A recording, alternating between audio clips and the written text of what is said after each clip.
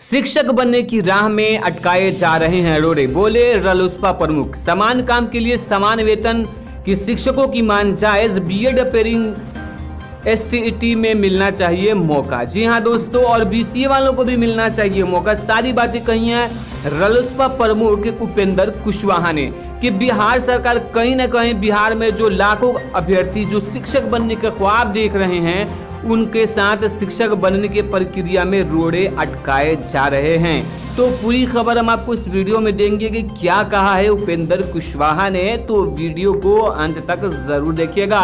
Video को शुरू करने से पहले गुजारिश है कि अगर अभी तक आपने हमारे चैनल को सब्सक्राइब नहीं किया है तो सब्सक्राइब करके बेल आइकन को दबा लें ताकि आने वाले लेटेस्ट वीडियोस का नोटिफिकेशन आपको मिलता रहे।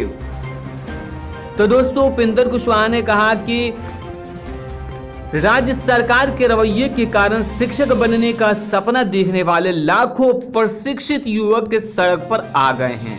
पार्टी ने राज्यपाल को पत्र लिखकर हस्तक्षेप करने की मांग की। उन्होंने कहा कि समान काम के लिए समान वेतन के शिक्षकों की मांग भी जायज है। उन्होंने कहा कि शिक्षकों की बहाली अस्थायी होनी चाहिए।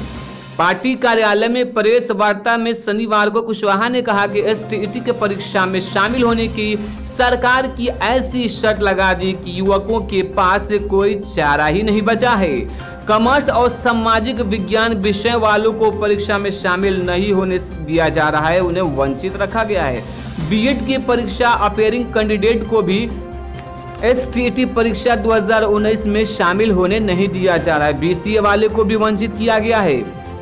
एसटीईटी ने शिक्षण कार्य में लगे डीएलएड करने वालों की 18 महीने की ट्रेनिंग को भी अमान्य करार कर दिया है। कुशवाहा ने कहा कि राज्य में काउंसलिंग के बाद जब सीटें खाली बच गई तो बीएड कॉलेजों ने उन छात्रों का नामांकन कर लिया जो पात्रता परीक्षा में पास थे, लेकिन उन छात्रों को वह कॉलेज आवंटित नहीं किया गया था। अब 1 साल बीत जाने के बाद उन छात्रों के नामांकन को अवैध करार दिया जा रहा है। यह सरकार को पहले देखना चाहिए था, इसमें छात्रों का क्या दोष है।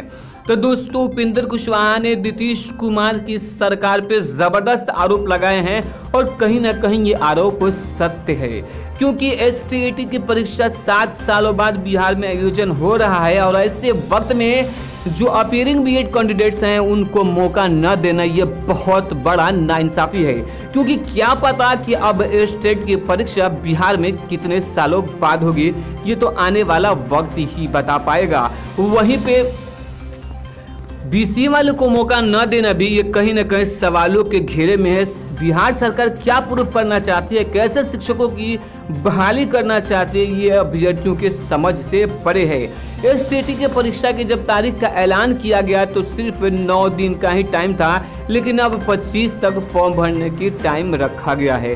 तो दोस्तों, कहीं ना कहीं ये तो ठीक है, लेकिन अपेयरिंग कैंडिडेट को मौका न देना ये उचित नहीं है। ऐसे में हजारों अभ्यर्थी जो बीएड पास हैं, अपेयरिंग हैं, जो बीसीए किए हुए हैं, वो सड़कों पर उतर चुके हैं और अपनी अपनी मांगों को लेकर धरना प्रदर्शन कर रहे हैं। वहीं पर डीएलएड कैंडिडेट को बिहार शिक्षक बहाली में मौका न देकर सरकार ने बहुत बड़ा विवाद खड़ा कर दिया है, क्योंकि डीएलएड का ये कोर्स केंद्र सरकार ने करवाया था और उस कोर्स को मान्यता बिहार सरकार नहीं दे रही है, जिससे विवादों में घिर गई है बिहार सरकार।